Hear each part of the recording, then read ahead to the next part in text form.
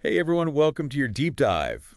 We're going deep today on those ideas, fruits of the spirit and works of the flesh. Yeah, from Galatians 5. Galatians 5. Such a Yeah. powerful passage. It's not just some ancient text, though. It's about how we live now. Mhm. So let's unpack what it all means for our lives. It's fascinating. These verses aren't just a random list of, good and bad behaviors. Right. Paul was writing to early Christians, Oh, right. and they were grappling with some tough questions like, should they still follow all the Jewish laws? To be real Christians. Yeah, exactly. Like, how does this new faith actually play out day to day? Yeah, so it's more about how we live it out, huh? Not just the rules. Exactly. Paul was urging them and us towards a real inner transformation. It's interesting how he uses that phrase, walking in the spirit. Yeah. It sounds so active. Yeah, it really jumps out at you, doesn't it? It's about, actively choosing to let the Holy Spirit guide your actions. Rather than just giving into every temptation. Exactly. Or just reacting on autopilot. Right. I get it. You know? It makes me think about the difference between those fruits being singular and then works Yeah. as this whole list. Oh, yeah. Why is that? Oh, that's brilliant, I think. The fruits, they all grow together, you see. Oh, They're all interconnected. Like, think of a grapevine. okay. You don't get just one perfect grape at a time, right? The whole vine flourishes. Right. It's not about perfecting one virtue. It's this whole transformation. So less like a checklist, more like just becoming better from the inside out. Yes. And then you have the works, which are those things you might fall into individually. Like pitfalls. Yeah, exactly. Okay, I'm seeing that. Yeah. Now, some of the fruits seem pretty basic on the surface, like Mhm. kindness, goodness, but I have a feeling it goes deeper. Oh, it's much deeper than just being nice. Okay, It's about those qualities flowing from a genuine connection with God. not just outward actions then. Exactly. It's about a heart change, not just polishing how you behave. Got it. Okay, Okay. to make this more real for people, let's bring it to today's world. Yeah, let's do it. We've got love, joy, peace, patience. Let's start with patience. Okay. Got to be more than just waiting in line. Yeah, think about dealing with a tech issue that just won't work. Ugh. Or a loved one going through a hard time. Yeah, those are the real tests. Those are tough ones for sure. Well, what about envy? We're not just talking about wanting a fancy car here, right? Oh no, it goes way deeper. Think about that comparison trap on social media. Oh, yeah. Feeling bitter about a colleague's success. Ouch. I think we've all felt that. That gnawing feeling, that's envy. Yeah, that makes sense. Yeah. Now, on the flip side, we have the works of the flesh, Right. adultery, hatred, outbursts of wrath. Those are strong words. They are. They're meant to be. These behaviors lead to brokenness. In ourselves and in our relationships. Yeah, it's not just a list of don'ts, but a warning. About what happens when we let selfish desires rule. Exactly. Paul uses this really intense image, crucifying the flesh. Right. It's a bit harsh, isn't it? It is powerful imagery, but it's not about self-hatred. It's about recognizing those parts of us that are prone to sin. The impulses that lead us to destructive behaviors. Yeah, and choosing with the Spirit's help not to let them control us. So it's like saying, this part of me wants to lash out, but I won't let it. Precisely. Choosing a different path. The path of the Spirit. Exactly. This makes me think of those traditional 7 deadly sins. Oh, yeah, Some of those seem to overlap with the works of the flesh. they do. Wrath and anger, greed and selfish ambition. There are definitely connections. But what's striking in Galatians is that contrast. Between a life driven by the Spirit Yeah. and a life dominated by the flesh. Yes. So less about specific actions and more about a whole shift in our being. Exactly. It's allowing a transformation. Which brings us back to the fruits. We talked about patience and envy. Right. But what about joy? Joy. That's got to be more than just being happy all the time. Imagine facing really tough times, but still having this deep peace and joy because you know you're not alone. It's like a resilience then. Yeah. An inner strength. Because you're connected to something much bigger than yourself. Right. Okay, that's powerful. So how about peace? Peace. In such a chaotic, stressful world, Yeah. how do we cultivate that peace Paul's talking about? It's about surrendering your worries to God, trusting that He's got you, Letting go of control, choosing to focus on what's good, even in the hard times. and pursuing Letting reconciliation. go of grudges. It's a way of being in the world. It takes practice. Speaking of practice, kindness is something we can practice daily, right? Oh, absolutely. Mm. You find it everywhere. If you look, think about someone holding a door open. Yeah. Or offering a kind word when you're down. Or maybe you are the one being kind, Yeah. like buying someone coffee. Or just listening to a friend. Those small things make such a difference. It's amazing, isn't it? It's a reminder that kindness isn't some big gesture. Right. It's in those everyday moments. Okay, I like that. So now goodness. What does it actually look like to live out goodness? Goodness. Not just doing good deeds, but being good. It's acting with integrity. Even when no one's watching. Yeah, standing up for what's right, even when it's hard. Making choices that reflect your values. Even when they're not popular. So being true to yourself. Aligning your actions with your beliefs. Okay. Next up, faithfulness. This goes beyond keeping promises, right? Oh, yeah, it's about loyalty. In your relationships. Being someone people can count on. Staying true to your commitments. Even when things get tough. Like being that friend who's always there no matter what. Yes, being that anchor. Wow, that's beautiful. And what about gentleness? Gentleness. In a world that can feel so harsh. It's responding with kindness, even when someone's being difficult. Offering constructive criticism. In a way that builds up, not tears down. Handling those tough situations with grace. Choosing compassion over confrontation. I love that. And finally, self-control. Oh, that's a big one. Especially in a world full of temptations and distractions. It's about making choices that align with your long-term goals. Even when you want to give in to that urge. Yeah, saying no to that extra slice of cake because you value your health. Setting boundaries with social media so you can focus. It's about discipline.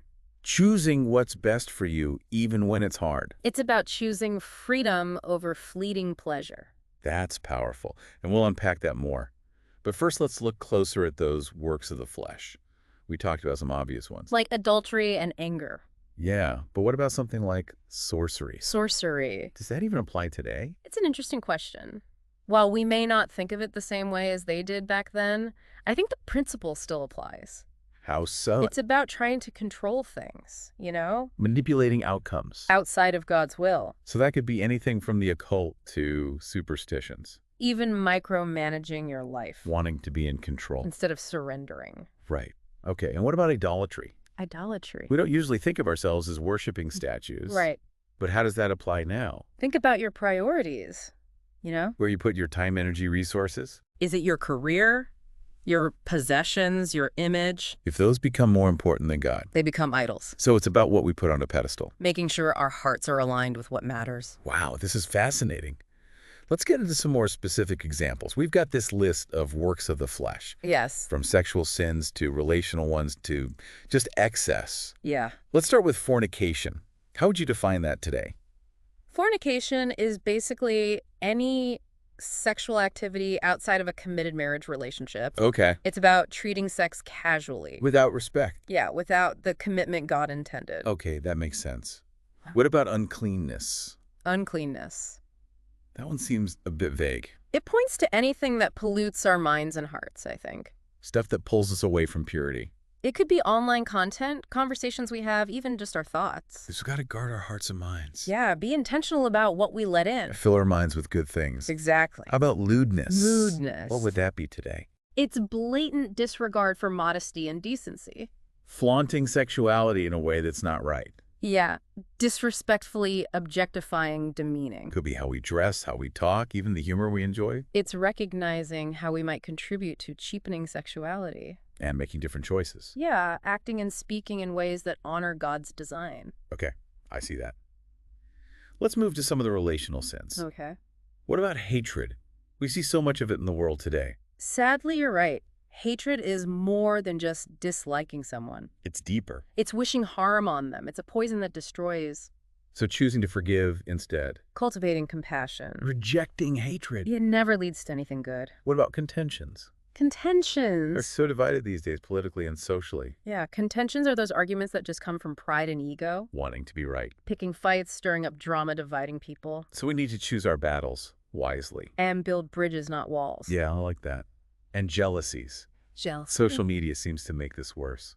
It does, doesn't it? Jealousy is that resentment when someone else has what you want. Possessions, status, relationships. Talents, even. It's so easy to compare. And feel inadequate. For focusing on our own blessing. And celebrating other successes. Remembering, everyone has their own journey. Right. Everyone's different. Okay, now let's talk about outbursts of wrath. Outbursts of wrath. We all get angry sometimes. Yeah. But when does it become a work of the flesh? Anger itself isn't necessarily wrong. Okay. It's a natural human emotion. But when it's uncontrolled, leading to hurtful actions. that's when it becomes a problem. So managing our anger in healthy ways. Expressing it constructively. Avoiding those explosions that damage relationships. Exactly.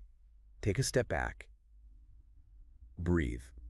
Respond thoughtfully. Not impulsively. Okay, now selfish ambition. Selfish ambition. How is that different from healthy ambition? Healthy ambition is about setting goals, Okay. striving for excellence Using your gifts. to make a difference. Okay. Selfish ambition is using people, manipulating to get ahead. No matter who you hurt. So it's all about the motivation. Exactly. Serving yourself or something greater. It's checking your heart. Making sure your ambitions line up with God's purpose. That's it. What about dissensions? Dissensions. It feels like everyone's digging in their heels, refusing to listen to other viewpoints. Dissensions are deliberate attempts to create division, Sowing discord, spreading gossip. creating an us versus them. That's it. So being peacemakers instead. Seeking common ground. Remembering we have more in common than we realize. That's right. Okay, let's unpack heresies. Heresies. What would that be today? Heresies are false teachings. Things that lead people astray. Distortions of the truth. So we have to be discerning. Test everything against Scripture. Be rooted in the truth. Recognize those twists that can creep in.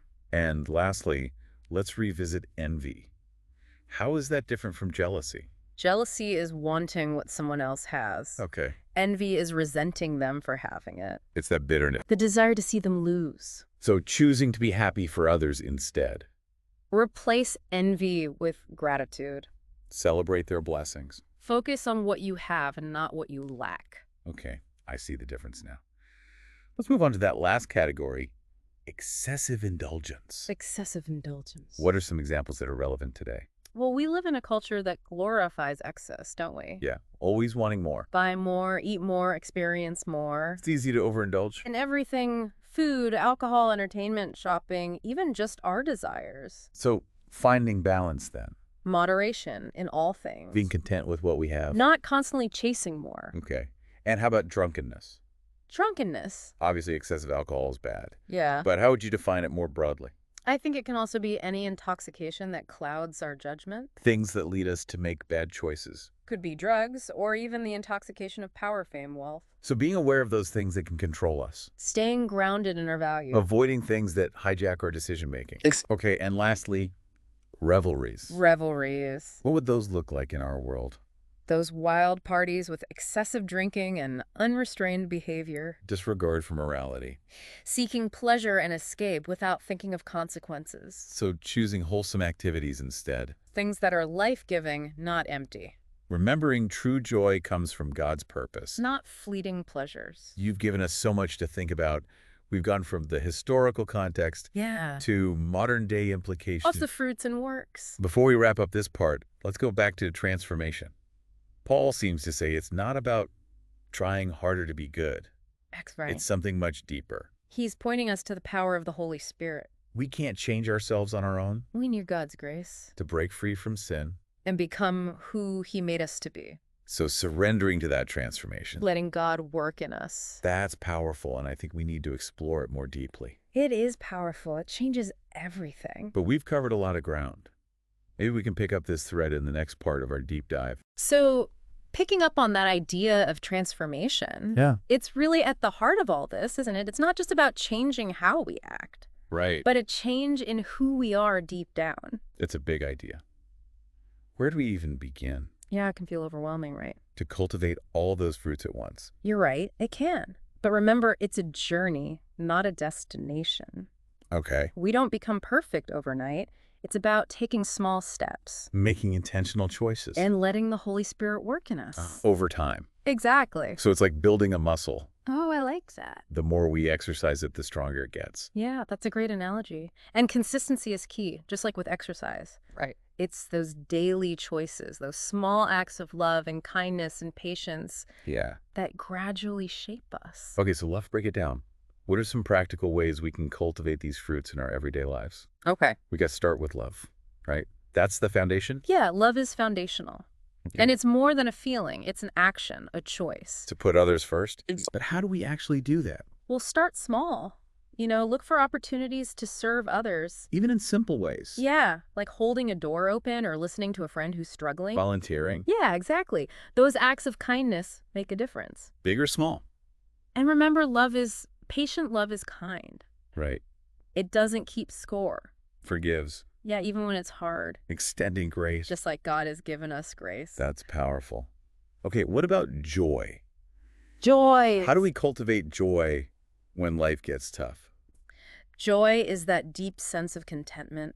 Okay. Knowing we're loved by God, No matter what. no matter what our circumstances. So it's not ignoring our problems, but focusing on what we're grateful for. Yes. Take time to appreciate the good things, even the small things. Practice gratitude. Keep a gratitude journal. Yeah, or just reflect on the good things around you. Yeah, exactly. And what about peace? Peace. In a world full of chaos and anxiety, how do we tap into that inner peace Paul talks about? Peace is a gift from God. From the It comes from surrendering our worries to Him, letting go of control, trusting that He has a plan, that he's working things out. even when we can't see it. Okay, but how do we actually do that? Well, prayer is essential. Talk to God. Pour out your heart to Him. Ask for His peace. Spend time in his word. Yeah, meditate on His promises. Remind ourselves that he's faithful. And practice mindfulness, Being present. focusing on your breath. So finding those practices that help us connect with God. And quiet our minds. Tap into his peace. Exactly. Create space for stillness. Reflection and connection. That's it. This is really resonating with me. Ah, Okay, let's move on to patience. patience. This one's tough. Yeah, especially in our fast-paced world. Everyone wants everything now, Right. Patience is about enduring difficulty without complaining. without getting frustrated. But how do we do that when everything's telling us to hurry up? It starts with recognizing we're not in control. We can't force things to happen on our timeline. We have to surrender. To God's timing. Trust his plan. Yeah, even when we can't see it. Okay, so practically, what can we do to build up that patience muscle? We'll start with small things. Okay. Practice patience in traffic. In long lines. Yeah, or when you're dealing with difficult people. Remind yourself you don't have to react right away. Take a deep breath. Count to 10. Choose grace over anger. Exactly. It's those little everyday moments. Yeah, the more we practice in those small moments, the more prepared we'll be for the big challenges. That makes sense. Okay, what about kindness? Kindness. It seems so simple, yet so powerful. Kindness is treating others with compassion, Generosity, respect. even when they don't deserve it. Some might say it's just being polite. It's more than that. It goes deeper. It's looking for ways to bless others. To make them feel valued. Yeah, offering a helping hand, a listening ear. A word of encouragement. And it doesn't have to be a big thing. Right. Sometimes the smallest acts have the biggest impact. A smile, a compliment. A simple thank you. Okay, I love that. So now, goodness. What does it look like to actually embody goodness in our daily lives? Goodness is living with integrity. Honesty. Doing what's right, even when it's hard. Standing up for what you believe in? Even when it's unpopular. So walking the walk, not just talking the talk. Aligning your actions with your values. Okay. How about faithfulness? Faithfulness. How do we cultivate that in a world that feels so unreliable? Faithfulness is about being trustworthy, dependable, loyal. Keeping promises. Bring commitment. Standing by the people we care about. No matter what. So showing up even when it's inconvenient. Even when it's hard. Being that constant presence. Yeah, that steady rock. Someone people can rely on. Proving ourselves trustworthy. Not just with words, but actions. Exactly. It's about integrity in relationships. It is being someone others can count on. Okay, let's move on to gentleness. Gentleness. It seems like it's often mistaken for weakness. Yeah. But you're saying it's actually strength. It is. Gentleness is about humility, meekness. A tender heart. Responding with kindness and compassion. Even when people are difficult. That's right. So choosing to approach conflict peacefully. With understanding. Even when it's hard. Recognizing that we don't always have to be right. Sometimes it's better to just listen. Empathize. Offer grace. Exactly. I love that. And finally, self-control. Self-control. This one could be a struggle. Oh, yeah, for sure. Self-control is about mastering our desires. Our impulses, our emotions. Choosing to do what's right, even when it's tough. Saying no to those temptations. That pull us away from God. So having discipline, Yeah. choosing long-term goals over instant gratification. Recognizing that we have the power to choose. We don't have to be slaves to our desires. And we can rely on God's strength to help us. We're not in this alone. That's so important to remember. You know, in part 1, we talked about how crucifying the flesh can sound kind of harsh. Right. But maybe that's where self-control comes in. Yeah. It's not about hating ourselves, Right. but recognizing those parts of us that need to be controlled. The desires that lead us away from God. Yeah. That's a great insight. Self-control is about taking up our cross daily. Dying to ourselves. And following Christ. It's not easy. But it leads to true freedom. Speaking of freedom, we also talked about how self-control is actually the key to that freedom. It is. Can you unpack that a bit more? Sure. Think about it. When we just indulge every whim, every desire, Yeah. we become slaves to those things. We're never satisfied. We're always chasing the next thing. Yeah. But when we exercise self-control, When we align our desires with God's will, then we find true freedom. we're not controlled by our impulses anymore. But by the Spirit. So it's not about deprivation, It's about liberation, choosing what's truly best. even when it's hard. Finding that place where our desires and God's will line up. That's where the true joy is. It's interesting as we talk about this, self-control and freedom. Yeah.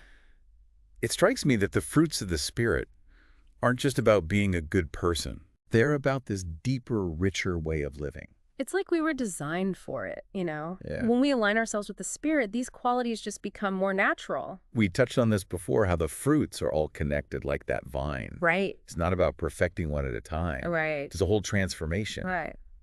But how does that work in real life? Well, think about it. Can you really have joy without peace? Or practice kindness without patience? They all feed off each other, don't they? Like they're all woven together in this big tapestry. Exactly. And as we grow closer to God, as we let Him work in us, these qualities become a part of who we are. This is starting to feel less like a checklist and more like an adventure. It is an adventure, the adventure of becoming more like Christ. I like that. And what's exciting is it's not about reaching some perfect state. No. It's about constantly growing, Evolving. becoming who God created us to be. Yeah, that's the beauty of it. It's like we're peeling back layers of an onion, Oh, I like that. revealing more and more depth. There's always more to discover, more to learn, more to experience as we walk with God. So for someone listening who's just starting out on this journey, Yeah. maybe they feel like they're still walking in the flesh a lot. Right. What encouragement would you give them? I'd say first, you're not alone. We all struggle. We all mess up. Right. The key is to keep getting back up. Keep choosing the path of the Spirit. Even when we make mistakes. Exactly. It's not about beating yourself up. It's about grace. Yes. God gives us grace, so we should give it to ourselves. And transformation takes time. It does. It's a process. not a one-time event. Be patient with yourself. Trust that God is working in you. Even when you can't see it. That's right. You've given us so much to think about today.